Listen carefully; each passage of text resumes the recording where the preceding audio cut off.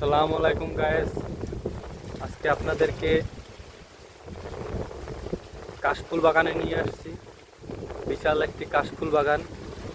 এখানে দূর দূরান্ত থেকে লোকজন আসে, আমরাও আসছি, ব্যক্তিগতভাবে আমি একাই আসছি।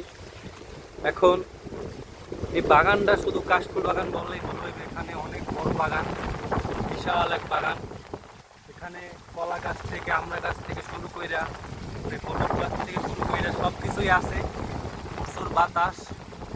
এই দেখেন, এই কলা গাছ হচ্ছে বিশাল কলা গাছ। এই কলা এটা খাইতে খুবই স্বাদ। এখন এত বড় বাগান, এই পাশে আবার বিশাল জনসমুদ্রও বলা যায়। জনগণ নাই, তবে সমুদ্র বিশাল এক। তারপরে আপনাদেরকে দেখাবো,